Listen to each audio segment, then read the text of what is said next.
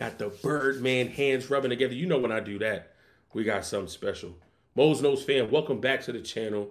We got another episode, another edition of our Team Mock Draft Series. This one is a little different. This one is a little special.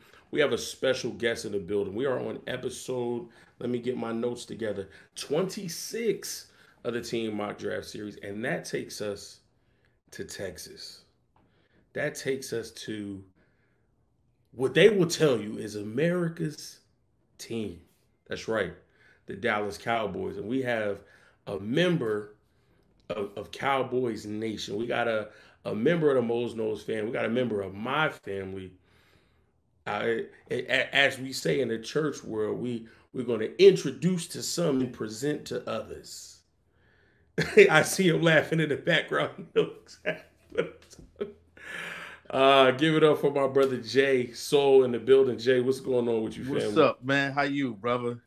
It's a long time coming, man. You know, I had the channel up for a little bit, you know, trying to make my rounds. I've had different guests on. We've always talked about getting you on, and it's finally here. Yes, sir. I got you on the channel representing your Dallas Cowboys. Yes, sir. I like what you're doing, man. First and foremost, man.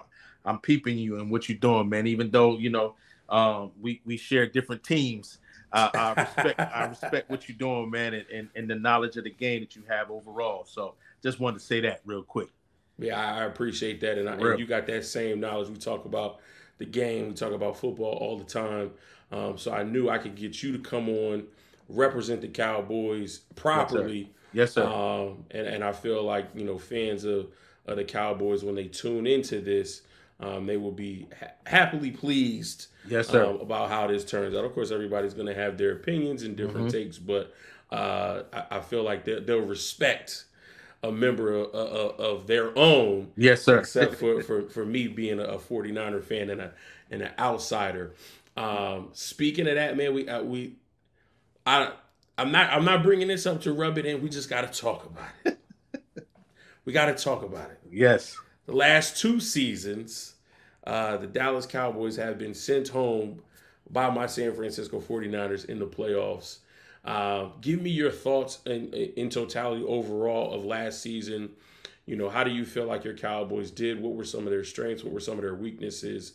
And where do you see them making some improvements this offseason?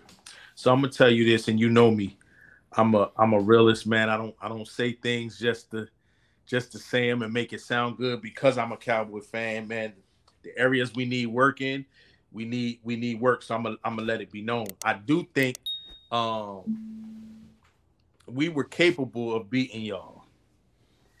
I think with to be honest with you, with Pollard getting hurt, I think that destroyed us because I think he's that big of a game changer. Because even if I'm not mistaken, even at halftime, your defensive coordinator said, "Man, Tony Pollard is hurt, and that's who he was worried about."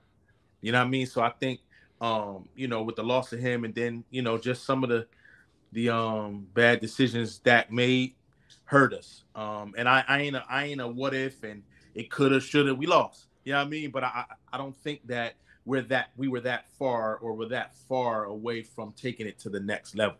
You know what I mean? With that being said, I think losing Zeke, I don't think he was worth $16 million. I think it was 16.9. I think we could have kept him, but for a cheaper price. And of course, people want to get their money. So if he wanted to go test the waters, I understand that too. You know what I mean? He had good times with us, man, but he wasn't worth that much money. What scares me, to be honest with you, I think a lot of changes that have been made on the offensive side of the ball, like Kellen Moore. I think the thing I'm confused with is them putting McCarthy in charge of the plays. If people were to remember why he was let go from Green Bay, it makes me nervous because they said he was boring. They said his play calling was old. You know what I mean? And so if that's the case, and they're going to now make him somewhat the play caller that makes me a bit nervous. Now I don't know if I'm hoping that they're choosing him to call the plays because he has more season. He's more seasoned than Kellen Moore, and he knew maybe at certain times he could have called certain plays that Kellen didn't want to call. And so I'm going to chalk that up as the Cowboys looking at Mike McCarthy like he's more seasoned and he would call better plays at certain times, not necessarily switching the whole playbook. And so I'm actually excited, man. I don't know if you want to go into who we picked up already, but I'm excited for what we're about to do. I'm excited for keeping Dan Quinn. I think that was huge. You know what I mean? Like if he had left, I would have really felt a little bad. But I think because the defense was already good and he's staying and he's locked in, and of course we picked up a few more pieces, I think that's actually gonna carry us. So I don't know. I'm excited. I don't think we're gonna take a step back. Okay.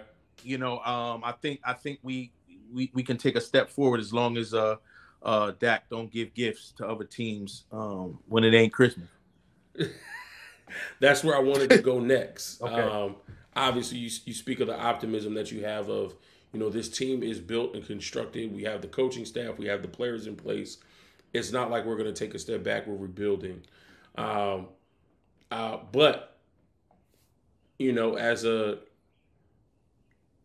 as a man of faith, right? Mm-hmm. That we are, we always talk about faith. Yes, sir. Obviously, our faith in our football team and our players isn't as strong as the faith of what we believe in. Right. But if we're talking about faith, scale of 1 to 10, as a Cowboys fan, where is your faith in Dak Prescott? If I were to be honest, man, with you, it fluctuates. Okay. I want to be honest, because sometimes I want to go off, and sometimes I'm like, yo, he is what's needed. And I'll say this, man, a lot of people scream about him and complain about him, and I understand why. Him giving the ball up. Now that hasn't been his that hasn't been him over his career. I think last year was an anomaly. I'm hoping, you know what I'm saying? Or it was just different. And so I tried to take a look at a lot of the plays that happened, and a lot of them wasn't on him. It was on the jokers running the routes that wasn't running them properly or didn't finish things out.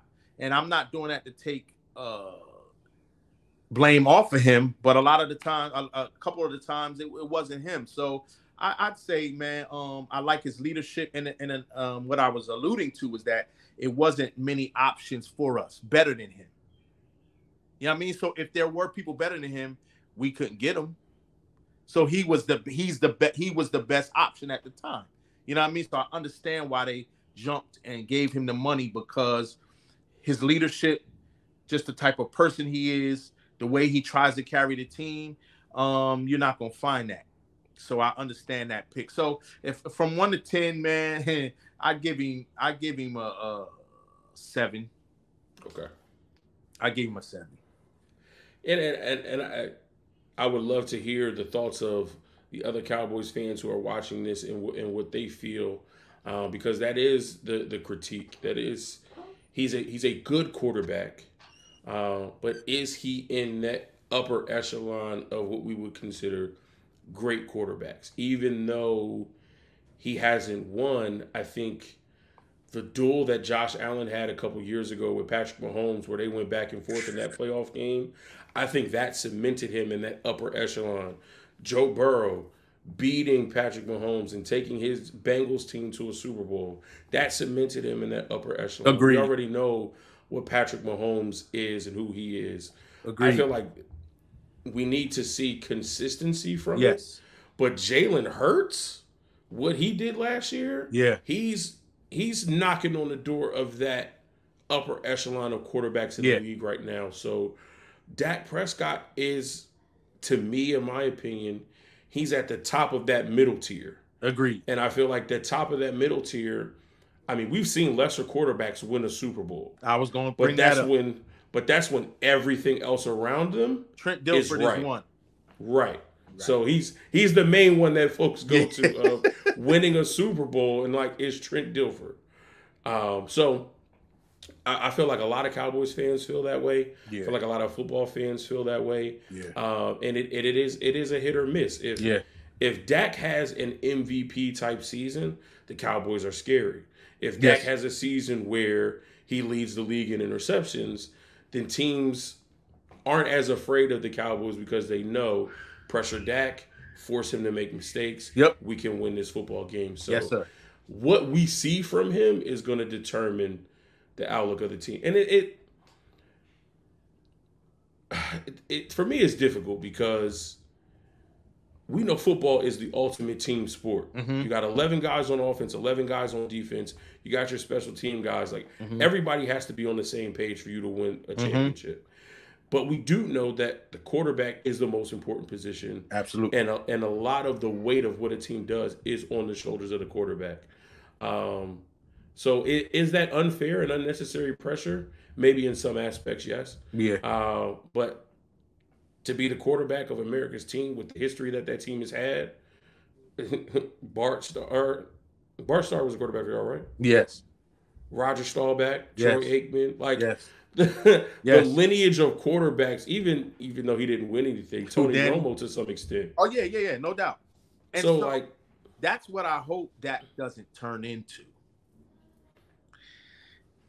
The up and down, because I was watching some Romo highlights just to remind myself, and I was like, yo, he was nice, but then he just would go left, like he would just go left and throw the wrong interception at the wrong time, and it would just kill us.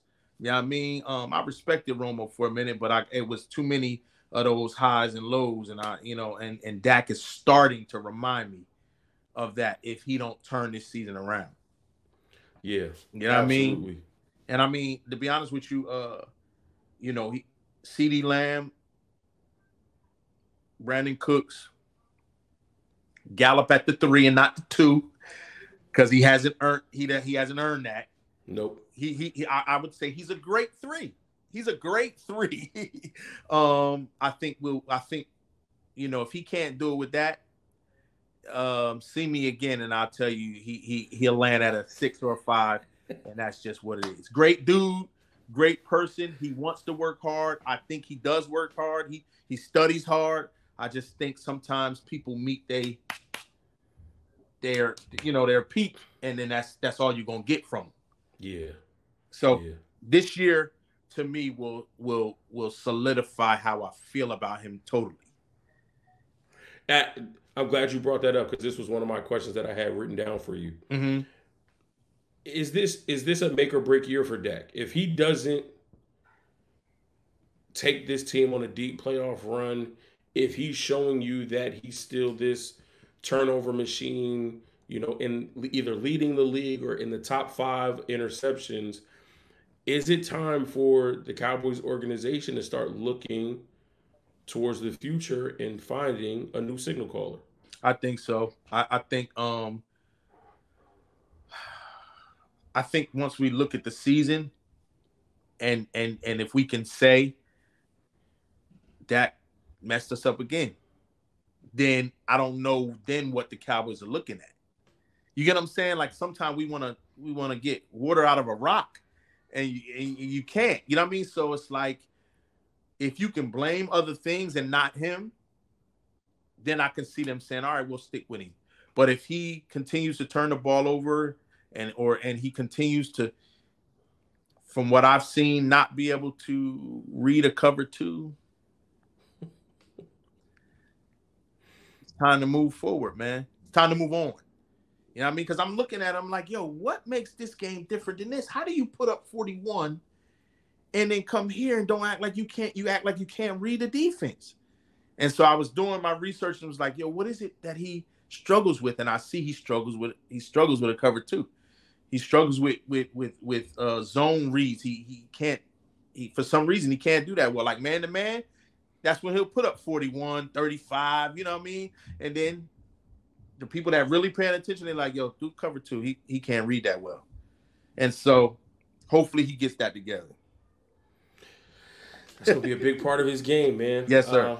Let's take a look at some of the departures this year. You obviously Okay. talked about Zeke Elliott, Noah Brown, T.Y. Hilton, tight end Dalton Schultz, Hmm. tackle Jason Peters, guard Connor McGovern, linebacker Anthony Barr, cornerback Anthony Brown, Mm-hmm. kicker Brett Maher, just to name a few. Yeah. Of those names, who do you think is the biggest loss that this Dallas Cowboys team will miss? Schultz. I think it'll be Schultz, and I think it'll be. I don't want to say it'll be a big miss, but I think he's an intricate part, and that's Anthony Brown. I'm saying that to say we got our two starters for the most part, but Anthony would be a good backup to throw in there. It won't be a big jump from who the starter is to like somebody that's just playing for the second year or something like that. Anthony Brown was a solid dude. You know what I mean? Obviously, if you can get someone better, you put him in there, but he was a solid dude. So I think Schultz and Anthony Brown probably are the biggest losses.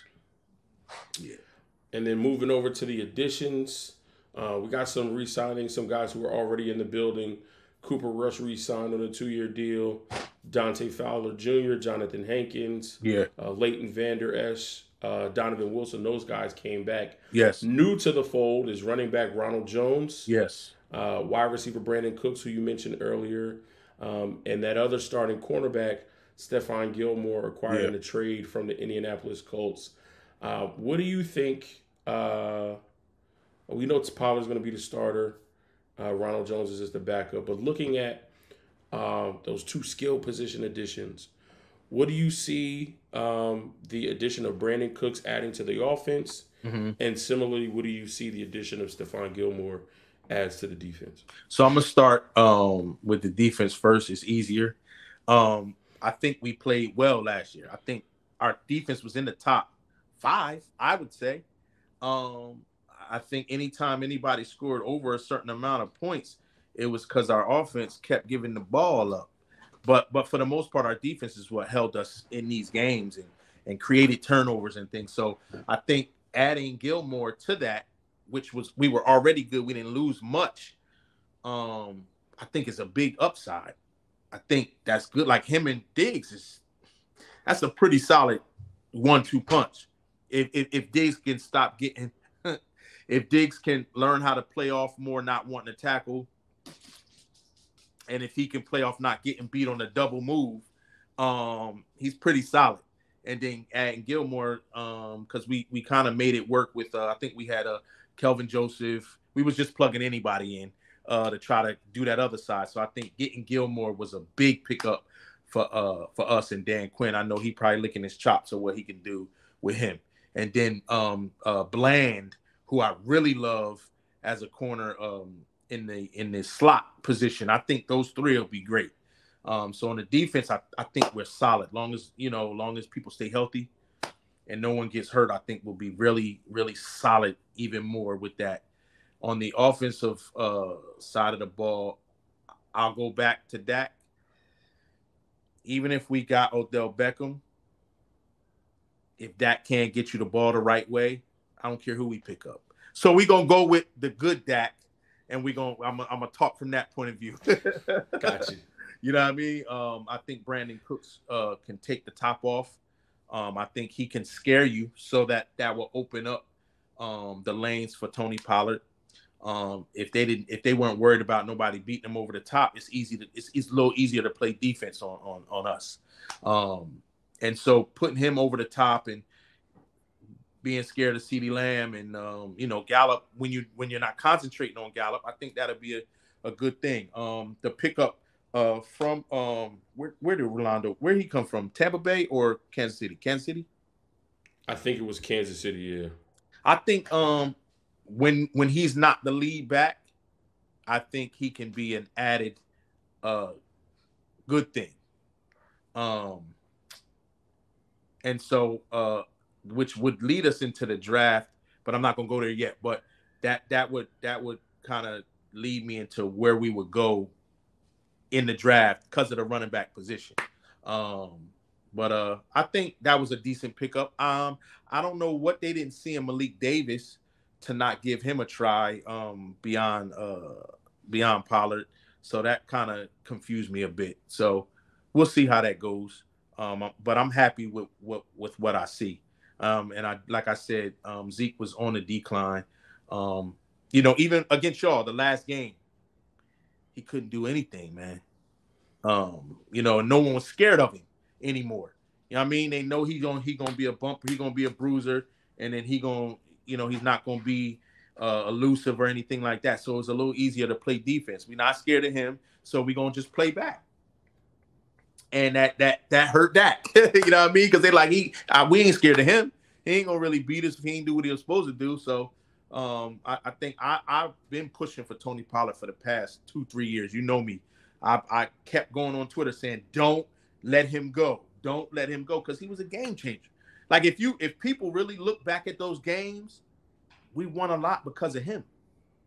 You know what I mean? So, I'm happy with what I see, and I'm excited to see how they attack the running back position. I think I answered everything you said. Yeah, no, you hit everything. Okay. Jumping into the depth chart before we go into the actual mock draft. Yeah. So we know we're set at our quarterback position. Yeah, I'm happy with that.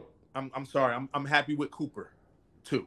Bringing Cooper Rush back as the backup. Sometimes you be like, well, who cares about a backup? But because of what he did last year to hold us, you listen. You don't got to tell me about backups. Oh, I know. I'm sick of seeing backups. Right. We had to see our fourth string in the NFC Championship, and doubt. That's why we couldn't give the Eagles the game that they were supposed to get. No doubt. I'm not again, like I said, not shoulda, coulda, woulda. We lost. Yeah. Because of how it happened, but they didn't get the game that they were supposed to get from us. That's right. Because our guys couldn't stay healthy. Yeah. Which y'all was on the fourth or fifth? Fourth. Yeah. See. Josh Johnson. Put any team on their second or third, they not going as far as y'all did. Right. So hopefully we don't have that situation again. Right. But you talked about running back. We got Ronald Jones. There's Malik Davis. Yeah. But there may be room to add another running back to come in and battle for that second or third spot. Yes, sir. Wide receivers, looks like we good. CeeDee Lamb, Brandon Cooks, Michael Gallup. Yeah. I do like Simi Fehoko. I do like Jalen Tolbert. And we got Kavontae Turpin. That's our speed guy. That's our returner. Yep. I think we're good there. Tight end, I believe that's definitely an area that we want to look at. Yep. Right now, Jake Ferguson, Peyton Hendershot. We need to upgrade that position. Yes. I think offensive line is solid, except for that left guard position. Yes. Obviously, Connor Williams moving on. Yeah. Chuma Edoga is the only option there right now. Yep, so right now. Yep. Definitely looking to upgrade that position. Moving to defense. That right side of that defensive line. I know we got Sam Williams. We re-signed Jonathan Hankins. Re-signed Dante Fowler. But Neville Gallimore and Dorrance Armstrong. Tell me what you feel about those two. I think they're solid pieces. I think Dan Quinn coaches so well that he puts these people in this right position. I think if we had an average defensive coordinator and these people had to figure it out themselves or just be good on their own, if you understand what I'm saying, I would be scared. But because Dan Quinn knows how to put them in position to be successful, I lean on that. And that's why I started our conversation off with my top thing was us signing Dan Quinn back. He knows how to just put people in their right position and get the best out of them.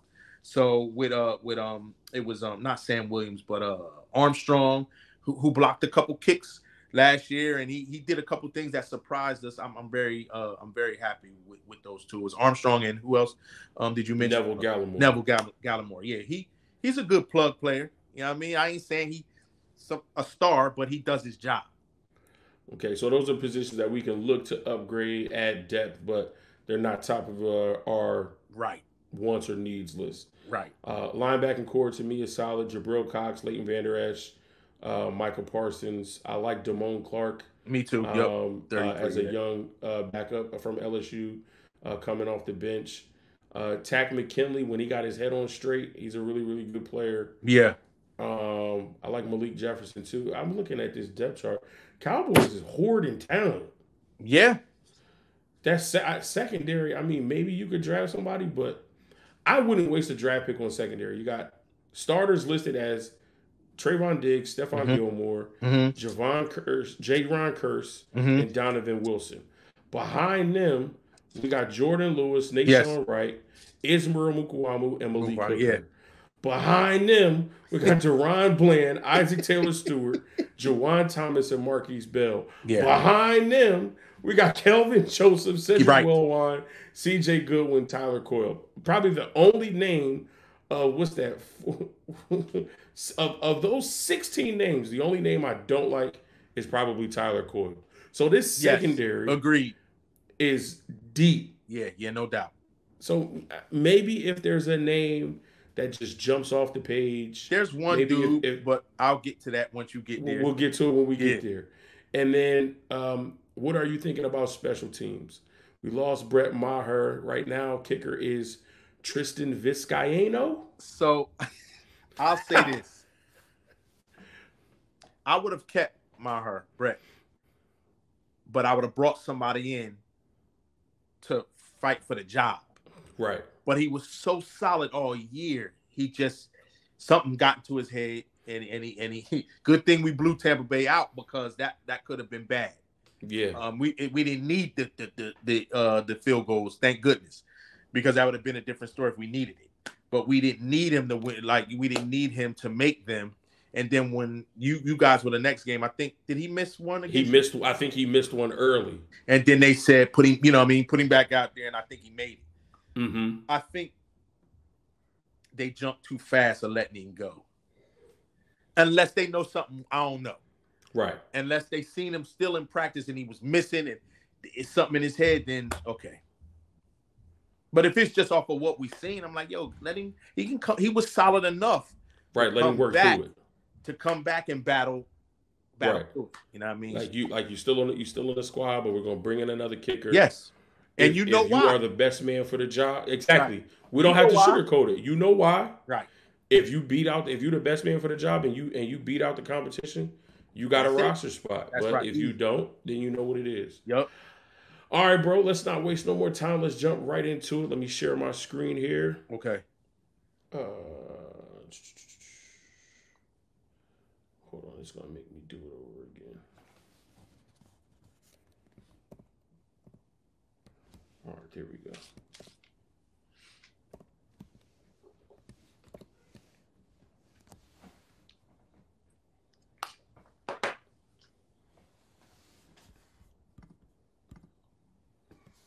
I want to get it to where you can see it. Got you. And it's not too small. I should be able to go up, but it's making me do that. All right, so we'll stay here. All right, so we got the Dallas Cowboys. Our first pick is 26. We have 7 total picks in this draft. Yeah. So let's just get started and let's see how the board falls.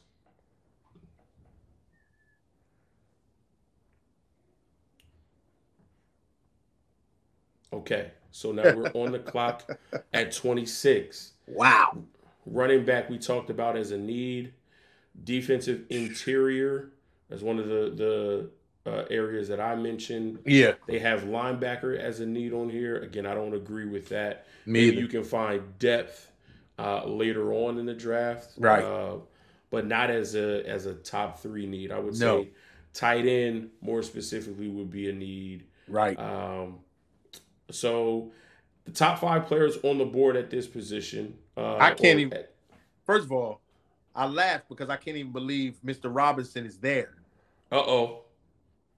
Wait a minute now. Okay, so our top 5: tight end Dalton Kincaid from Utah, tackle Anton Harrison from Oklahoma, edge rusher Will McDonald IV from Iowa State.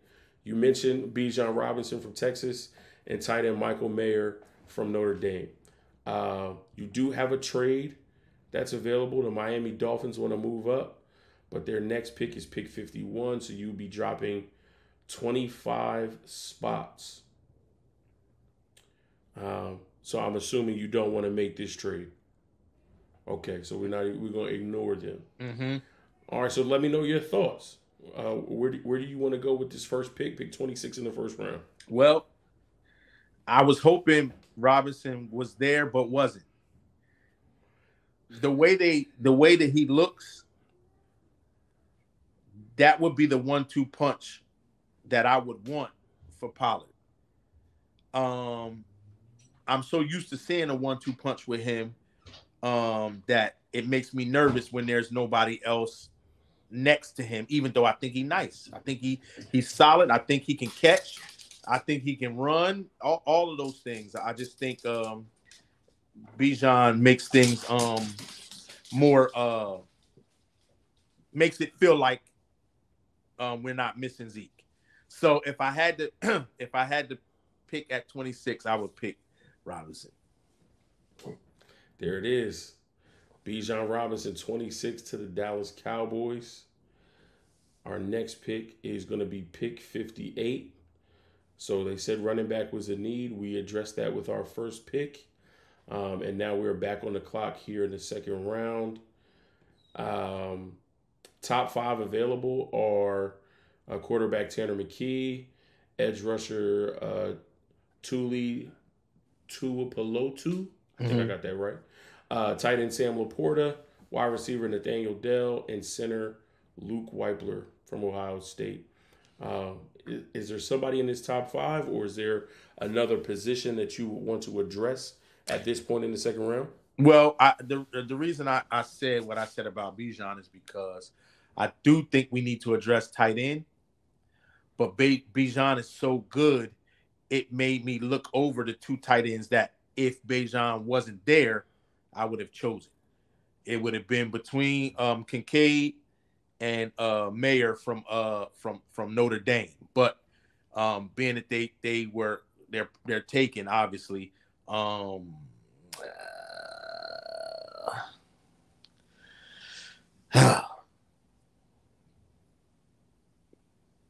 I don't know too much about Sam to be able to say just because we need a tight end, I would take him. Here's what I'll say about Sam Laporta. I feel like the top 5 tight ends in this class are Dalton Kincaid, Michael Mayer, Darnell Washington, Sam Laporta, and Luke Musgrave. Musgrave, yeah, I did hear about him, yes. Musgrave, if I had to give a comp, Musgrave to me is like I want to say he's kind of like a poor man's Andrews from Baltimore. From Baltimore, yeah. Like he's super athletic. He's better at catching the football than blocking. Mm-hmm. And I know Andrews is a little good at blocking, but when I think of just like a pass catching tight end, I don't want to put him on the Travis Kelce level. Right. But as far as a pass catching tight end, Luke Musgrave is that guy. He's going to be able to stretch the field, work the intermediate parts. Right. Sam Laporta from Iowa, that's low-key tight end university. When you think of the tight ends that came from there, you got George Kittle, T.J. Hawkinson, Noah Fant, Albert Okwuegbunam. Like, they breed these tight ends, right? So Laporta would be a poor man's George Kittle. He's not as athletic as George Kittle. Right. But he does everything else. He's a good route runner. He has good hands. And what Sam Laporta might do, I would say the second best of the tight end class is run blocking. I would say Darnell Washington is number 1 as far as a run blocking tight end. Yes, sir. I would say number 2, Sam Laporta. Some people say Michael Mayer just because of his size. Yeah. But I think the mentality that is taught by the Iowa coaches for that tight end position is sticking your nose in and being able to block. So if you're looking for a do-it-all tight end, you know, who you can leave in on first and second down to run block, but also trust him running routes and catching passes, I would say you can't lose with Sam Laporta. So thank you for filling me in with him. I did definitely hear Musgrave, but I do have a question I'll throw back at you. Do you think Laporta is better than Hendershot, who we have now, Hendershot, or who else? Who's the other guy? Ferguson. Yes. Oh, I think Laporta and Musgrave are both better than Better them. than them? Yeah. Okay, got you. So then I would probably go Luke. Okay. Yeah. Luke Musgrave at 58. Yep. Let's do it. I like it. And then Sam Laporta went right after him. All right, back on the clock at 90. We've got our running back. We've got our tight end. Is there another position that you're seeing that you want to attack? Is there a player that you have in mind that you want to see if he's still here on the board? Well, on my list of wide receivers, definitely Zay Flowers was he's not there, but that was a person that I was looking out for. You know what I'm saying? Like I could see him. That would be a good added, because if somebody gets hurt now, all of a sudden we're in trouble again. So I think getting somebody like him would have been dope. So listen, I love bragging about Zay Flowers because, as you know, Tori's little brother, he plays Boston, yes. football at Boston College. Yes, sir. So I got to see Zay Flowers in person a couple times. And when I say electric, like when the ball is in his hands, you know something special can happen at any moment. Right. And going to a game in Boston and seeing and feeling the stadium erupt when he made a big play, it's amazing. And like, sure, you could say, you know, people have been in stadiums where I've seen Deebo Samuel break a big one and the crowd go crazy. Yeah. People have seen Tyreek Hill. And not to put pressure on Zay, but he's one of those players where you just want the ball in his hands, right, and get out the way. Playmaker, yes. Yeah, so he's electric. So yeah, I'm glad you had him on your list. I would not be surprised if Bijan is gone and the Cowboys don't want to take a tight end with their first round pick. Say if they don't want to make a splash move and go Darnell Washington. Right. I wouldn't be surprised if they took Zay. Yeah, me either. I wouldn't be, because if Michael Gallup doesn't work out, even in the 3, right, you run out of receiving core of CeeDee Lamb, Brandon Cooks, and Zay Flowers in the slot. Yikes! Yes, sir. Let me ask you this: do you think who did we? Now I'm drawing a blank. The receivers. It's Cooks, Lamb, Gallup. He was supposed to work out. Number 15. I can't think of his name. Our receiver. I'm drawing a blank. Because that's the excuse they were using the reason why they got rid of Amari Cooper. But we know that was bigger than production. Yeah, he didn't do something right that Jerry ain't like. So I think Zay would be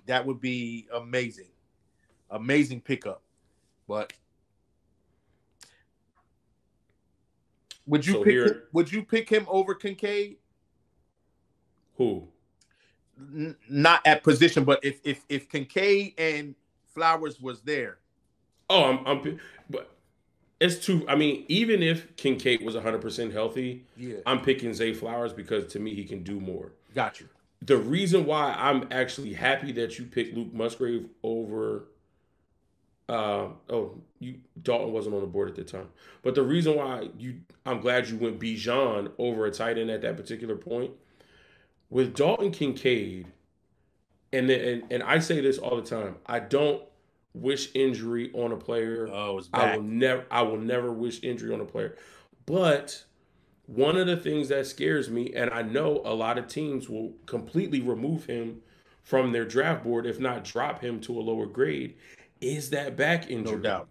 And we know that just like your core muscles, your back is a major part of what you do anything physical, let alone anything. running top speed, Right. turning and cutting.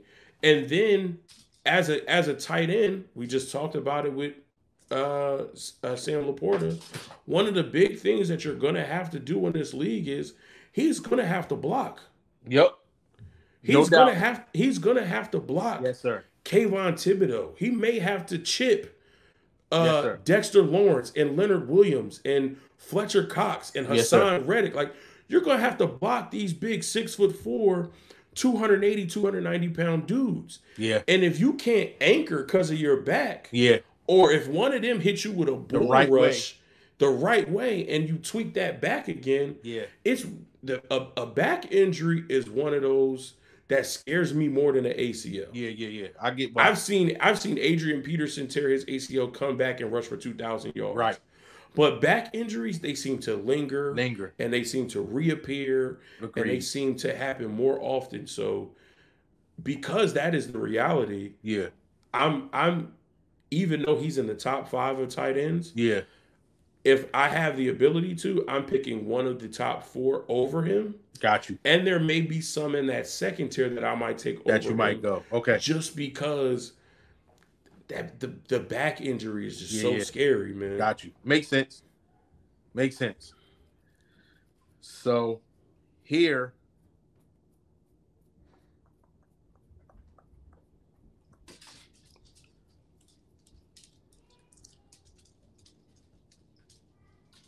I'm not sure if I like one of these, a linebacker that's available. Let me take a look at linebacker, you said? Yeah. So right now, top 5 at the linebacker position: Dorian Williams from Tulane, Demarion Overshown from Texas, Ivan Pace Jr. from Cincinnati, Henry 2020 from Alabama, and Troy Brown from Mississippi.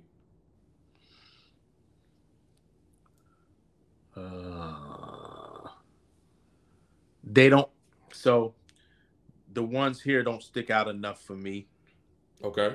To choose. So if I go back to receiver, I would take the Nathaniel Dell.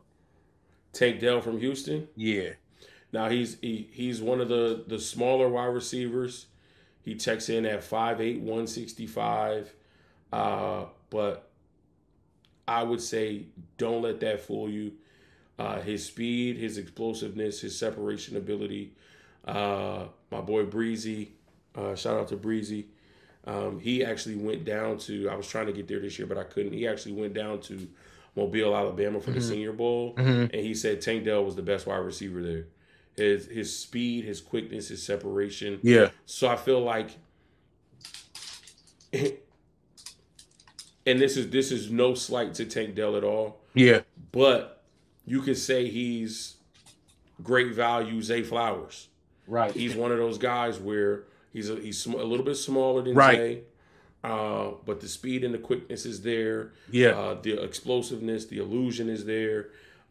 So again, somebody like Tank Dell coming in as a 3rd round pick, number 90 overall, you're not expecting him to come in and be the number 1 guy. Right. You got your number 1 in CD Lamb. Everybody knows he's the guy in this wide receiver room. Yes, sir. You bring over Brandon Cooks. He's a veteran. He knows the league. He has speed still. He can separate and get open. That's your number 2. Yeah. Now you throw Tank Dell similarly to that Zay Flowers role where, you know, and even more so with Tank Dell, he's not going to be complaining about targets. Right. But the targets that he does get, I think he can make those really, really effective and efficient with yards after the catch. So I think this is a solid pick at number 90. We'll go Tank Dell here at 90.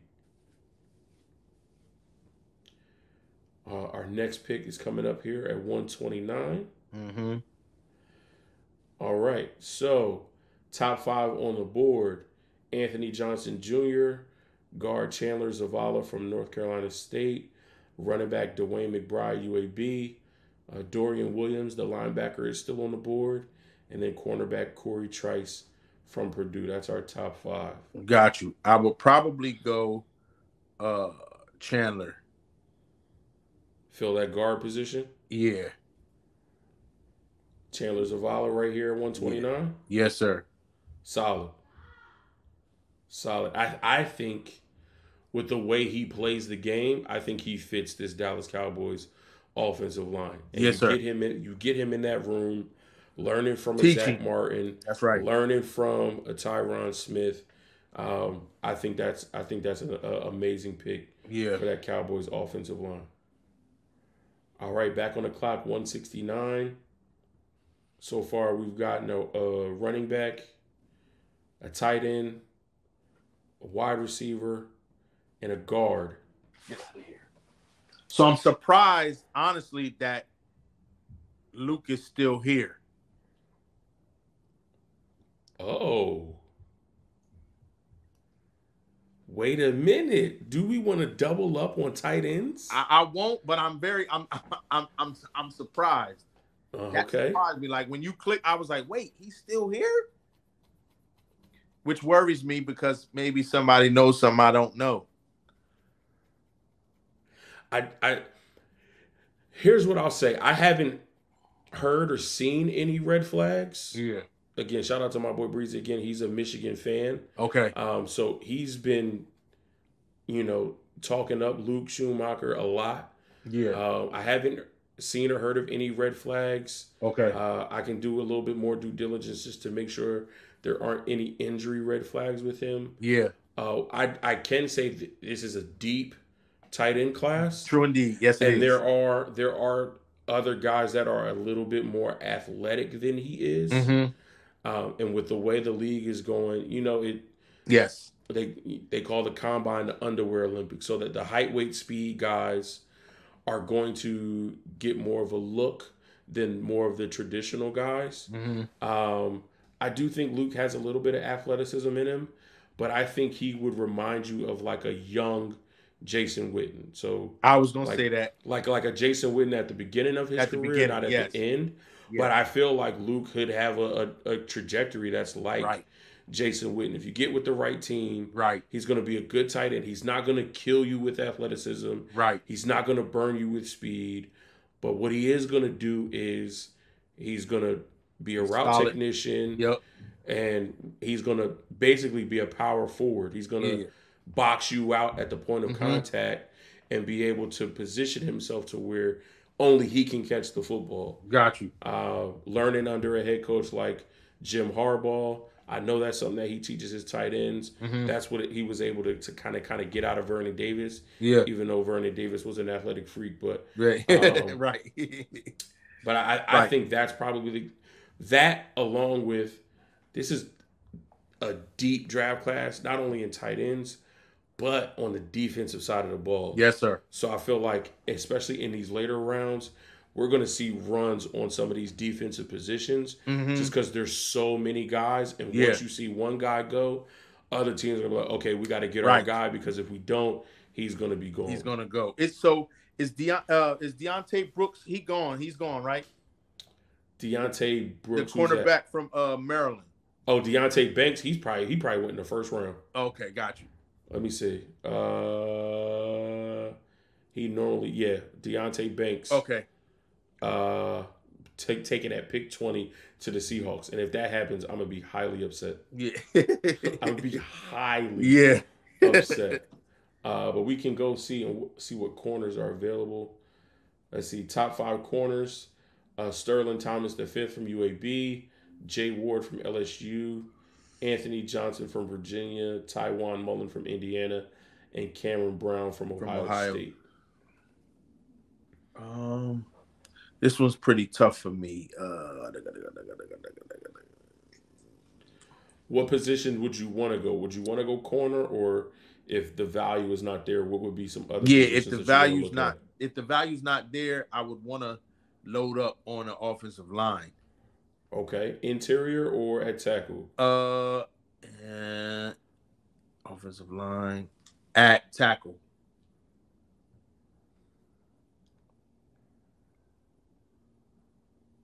Okay, so we got Jordan McFadden from Clemson, Braden Daniels from Utah, Asim Richards from North Carolina, and Trevor Reed from Louisville. So I would say the only value at this spot would be Braden Daniels from Utah.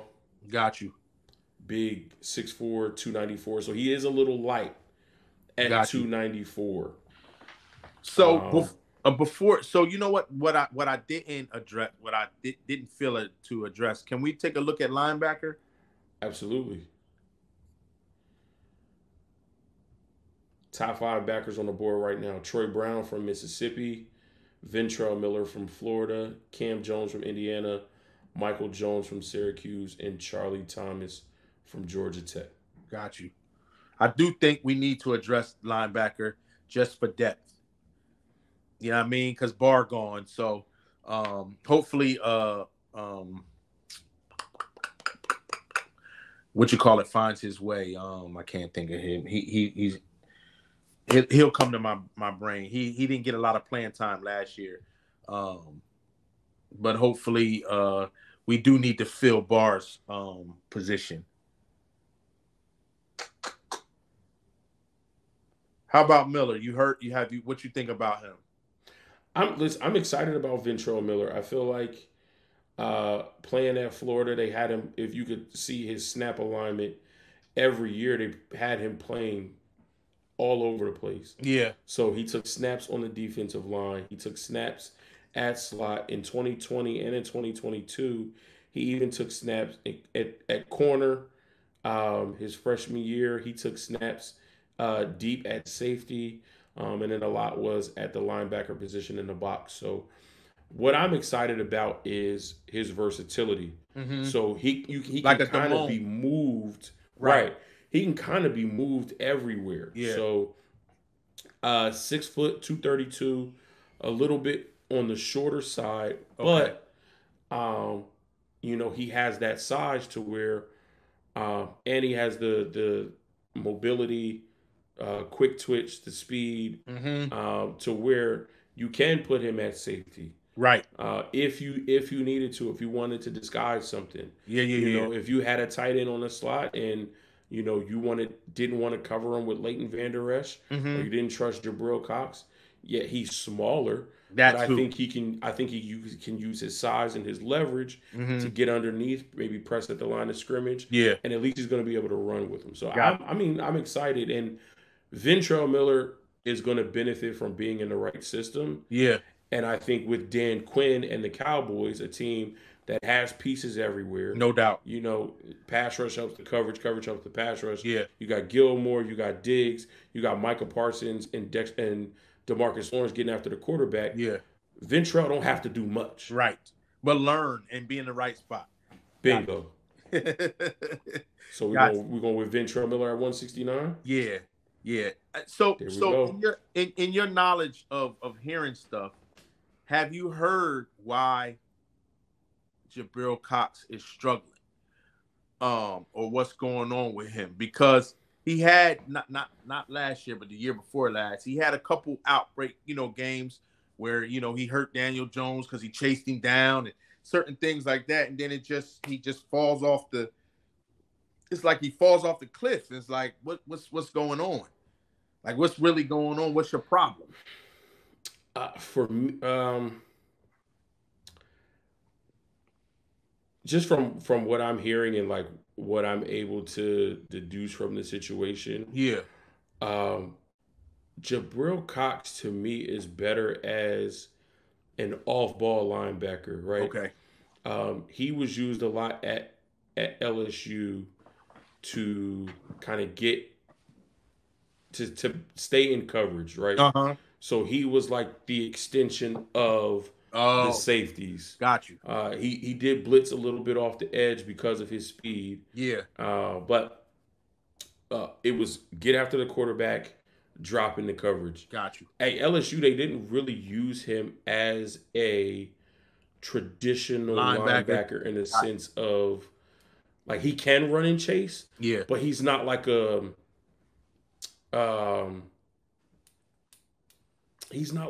Fred Warner or a Devin White from Tampa Bay. Yeah. He's not one of those guys that is like read, diagnose, run and chase. Because a lot of sometimes run and chase, it isn't sideline to sideline. A lot of it is north and south Yes, sir. and meeting a running back in the hole. Right. So I think, at 6'3", he's listed at 6'3", 233. But his body type is a little bit, I don't want to say frail, but he's kind of slim. He's like, yeah, for a 6'3", 223 linebacker. And that's just his natural build. Yeah. So I think transitioning from college, where a lot of guys wouldn't get hands on you, to the NFL, where everybody from running backs, tight ends, tackles, guards, centers are getting their hands on you. I think one of the things that he may still be developing is using his hands, because I don't think he's good at using his hands and getting off the blocks. You 6'3", you're a thin 6'3", 223. Right. So, and he's not one of those guys like Josh Allen from the Jaguars is a little bit bigger, but he has like a more slim body type for being 6'5", 245, 255. But Josh Allen, he plays with a lot of power. Which is why he's a really dominant pass rusher. Right. Jabril Cox at linebacker doesn't play with that power. Matter of fact, you're right, because Damone plays with more power than him. Yes, he does. He plays with more power, right? Yeah. So Jabril Cox cannot benefit from going into the chest of Jordan Mailata or Landon Dickerson or Andrew Thomas. Like, that's not your game. Right.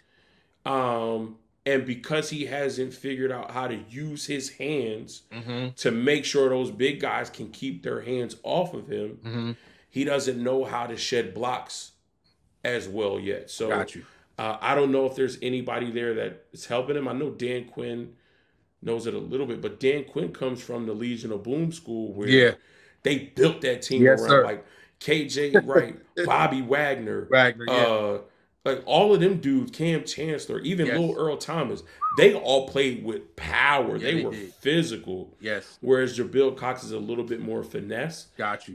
So he may just not fit into what he may just not fit this scheme. Got you. They like him from an athletic standpoint. Yes, sir. He's a good football player. Yeah. But scheme-wise, he might not fit. No doubt. Got you. Sorry, that was a long-winded explanation. I just wondered. Sometimes I'm evaluating too. Like I'm sitting there, I'm saying, is it me or is this what I see? So I just wanted to get your take on it. Definitely. No, it's definitely not just you. All right, so back on the clock at 2:12. Top 5 are Yasir Abdullah, edge rusher from Louisville, Marte Mapu, safety from Sacramento State, Jonah Tavai, nose tackle from San Diego State, Bryce Ford Wheaton, wide receiver from Virginia, and the tackle we saw earlier, Jordan McFadden from Clemson.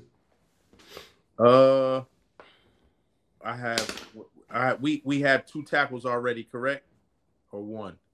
Did I pick? I don't think we took a tackle yet. I think only we took a guard. Oh, got you. Okay. Yeah, we took Chandler Zavala. Right. Okay. So I would take Jordan. Now, the only thing that I don't want to say it scares me about Jordan, but he is smaller. Okay. So at Clemson, he played right tackle his freshman year, and then left tackle junior and senior year. Okay. So he has a lot of snaps at that position, and if you look at his grades are really good. However, he's 6'2", 303. So he is a little bit light. Shorter and light for what Dallas typically goes for. Got you. At the tackle position. Got you. A lot of analysts feel like Jordan McFadden, because of his size, is going to kick inside to guard. So you think Reed will be a better choice? Trevor Reed? Yeah. I actually like Asim Richards a little bit better from North Carolina. Okay. Like if I was picking between tackles. Now, here's the thing. The only reason why I wouldn't pick McFadden for Dallas is because you technically don't need tackle. Right. I feel like Tyron Smith found a home at right tackle. Yeah. And Tyler Smith came in and blew the doors off and just took over that left tackle spot. Yeah. Maybe you could still go Jordan McFadden Mm-hmm. because of Tyron Smith and his injury history has been That's up and down yes. throughout Somebody the needs to years. start learning that position. So, because he has all of these snaps at tackle at Clemson, you can bring him in. If you decide to kick him inside to guard, Yeah. you can do that. But then if you want to use him as your swing tackle, if both the Smiths stay healthy, then great. You just have a really versatile, really good offensive lineman waiting in the wings. Okay. But if Tyron Smith does go down, then you can kick Jordan McFadden back outside the tackle. Got you. Because you know he's familiar With that playing position. that position. Yes, sir. So that's just something for you to think about. Yeah. He is 6'2", 303, but he's predominantly been a tackle at Clemson. He does have the athleticism to play the position, but does he fit what you want to do? Got you.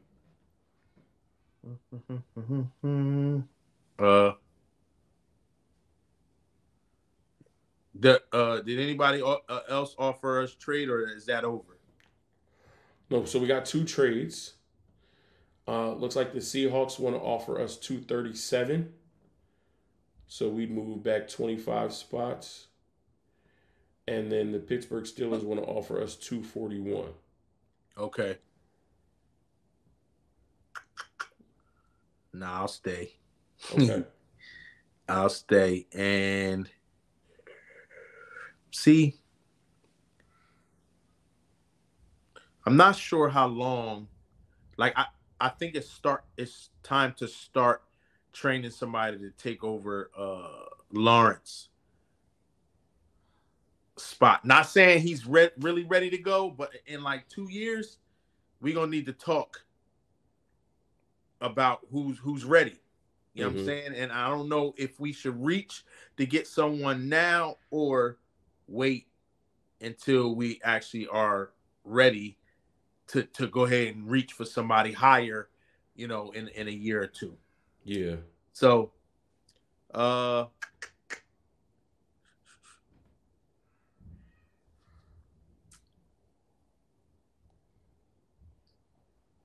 I'm not sure. I'm lost here. Okay, so if we looking at edge rusher, to me, Yasir Abdullah, he's small, 6'1", 237. Yeah. He's gonna be outside linebacker in a 3-4. Same thing with O'Shawn Mathis. Those are gonna be your outside linebackers in a 3-4. If you're looking at traditional 4-3, again, Lonnie Phillips, he could have his hand in the dirt. Yeah. He's lined up over the tackle, outside of the tackle most of the time. So again, a lot of people are going to fit him into that traditional outside linebacker mold. Thomas Incoom is probably the closest one to being more of a tweener. Some people may stand him up. A lot of people are going to have him in a 3-point stance at that defensive end. But again, these are guys who are available here in the 6th round. Are you grooming them to eventually take over for DeMarcus Lawrence, or are they just going to be a rotational pass rusher? Yeah, so that's what's making me rethink some things. What receivers are left? So we got Bryce Ford Wheaton from West Virginia, Ronnie Bell from Michigan, a route technician, Jake Bobo from UCLA, Katon Thompson from Virginia, and Puka Nacua from BYU. And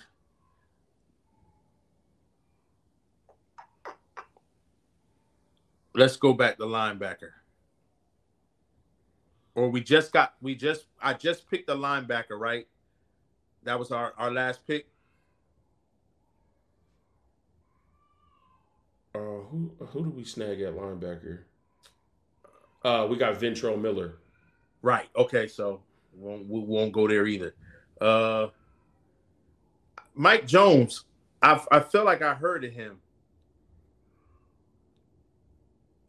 Michael Jones from Syracuse. Yeah.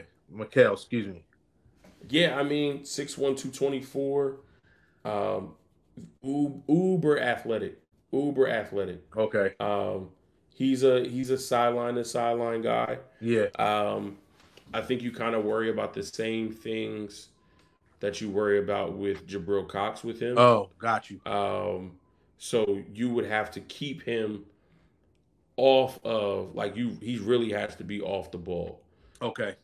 So we won't go there. Yeah.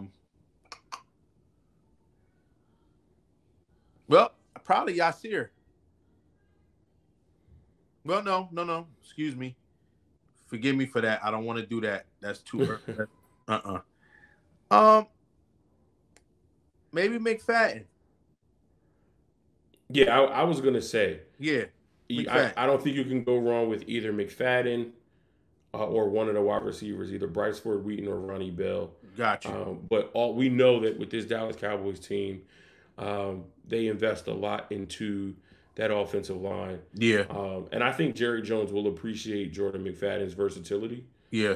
So I don't think this is a bad pick at all at 212.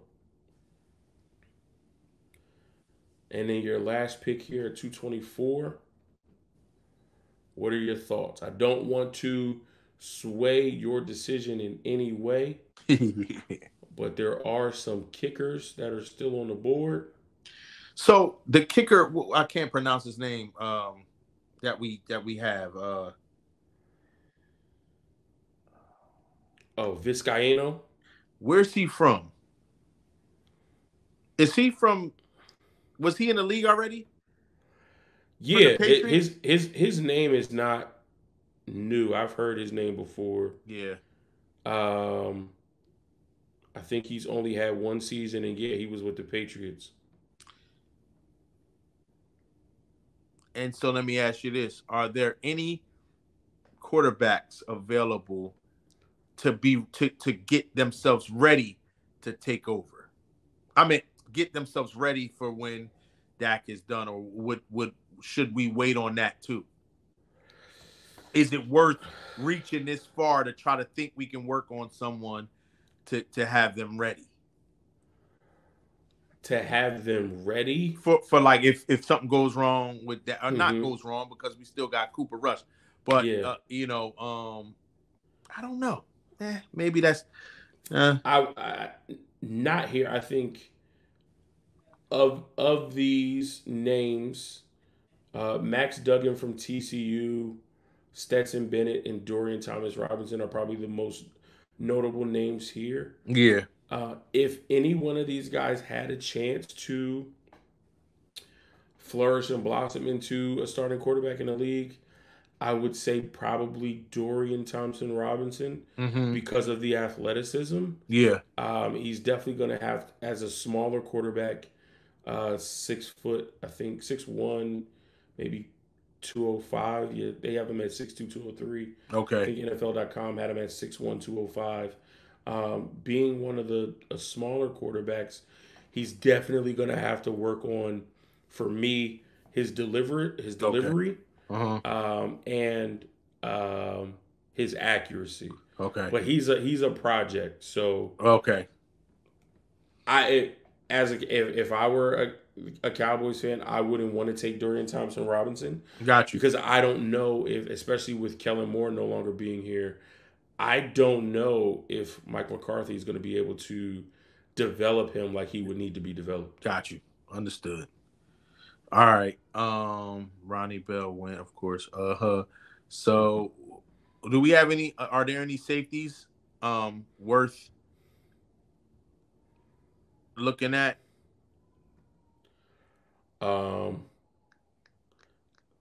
This is one of my favorite positions in the draft. Yeah.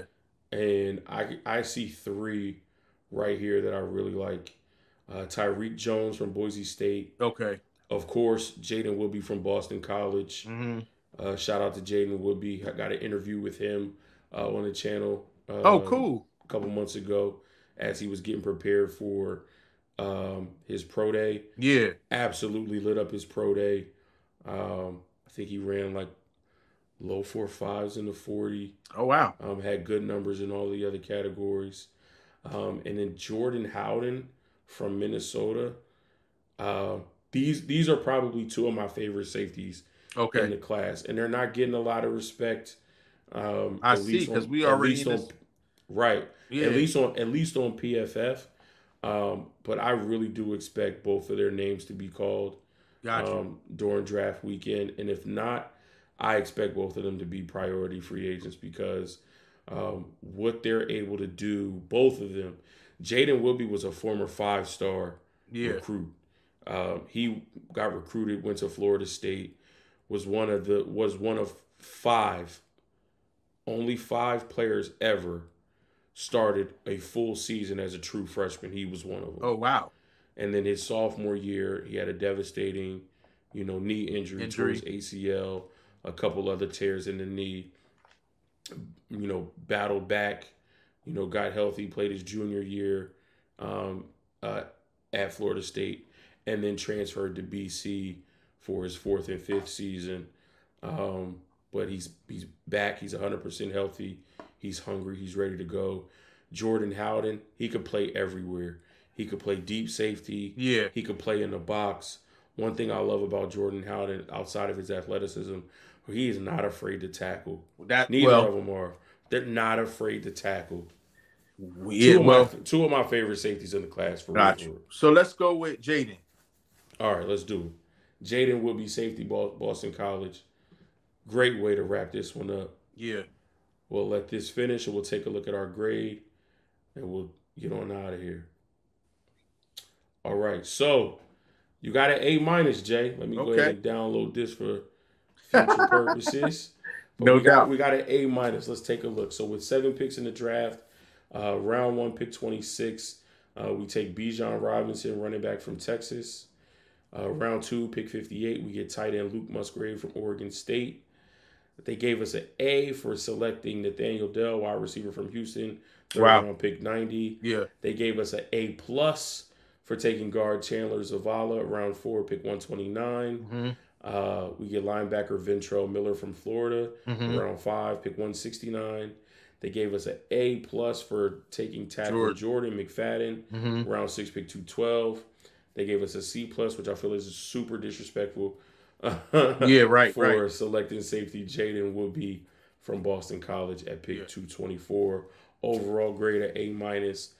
If the Dallas Cowboys draft ended this way, what would be your thoughts, feelings going into off-season workouts and training camp and things of that nature? I would be very happy. For one, how Robinson fell to us. If that were to be the case, that would be a great just to sew up that position. You know what I mean?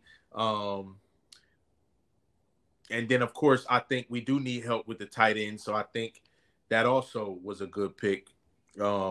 Because you brought to my attention Kincaid, even though he wouldn't have been there at that time, that pick anyway. So I think Luke was a solid pick, either him or between the I can't think of his name, but from Michigan, would have been two of those good picks. So I'm happy with that. Definitely happy with a receiver, even though we said he's a bit small, but what you were saying about them ranting and raving about his workout and somebody going to see him. That seems like a solid pick. Obviously, our offensive line is solid, but we will need help there. And so I think that's why Chandler and Jordan were good picks, because that's going to need to be sewn up soon. So I would be happy with this. You know what I mean? Definitely. Listen, taking a look at this draft, I would be happy with it too if I was a Cowboys fan. Yeah. I won't be happy with it if my 49ers got to see y'all in the playoffs again, because that means we got to deal with Bijan, we got to deal with Tank Dell, and Jaden is the homie, so I don't want him to be an op. I heard you. Listen, man, this has been absolutely amazing. We're definitely going to have you back on the show after the draft. Maybe we'll come on for 15, 20 minutes. We'll talk about the draft, talk about the actual pick that the Cowboys made, do a little bit of analysis, give them our grade, and just talk about what you see for that 2023 draft class in the future. So, Jay, I love you as always, bro. Love you, bro. Thank you so much for being on. Mo's Nose fam, thank you guys so much for tuning in. I know this is a a longer show than you normally get with these mock draft videos. But when I have a special guest on and we get to talking about their team, we really get to dive in deep. So that's one of the things I love. If you're new to Mo's Knows, one, I thank you for your time and attention. Greatly appreciate that. Sound off in the comment section. Let us know how you like this draft. If there's anything that you didn't like, let us know what you would do differently. Yes, sir. Hit us in the comment section. We always appreciate those solid opinions around your football team. Yes, sir. Again, if you're also new, consider subscribing to Mo's Knows. Listen, once you're family, Please subscribe. love you. There's nothing you could do about it. Ask Please Jay, subscribe. he'll tell you. Love you, bro. Then take another 2 seconds, hit that bell icon so that you get notified every time new content drops right here on Mo's Knows. We'll catch y'all in the next episode. Peace. Peace. Good night, Prada.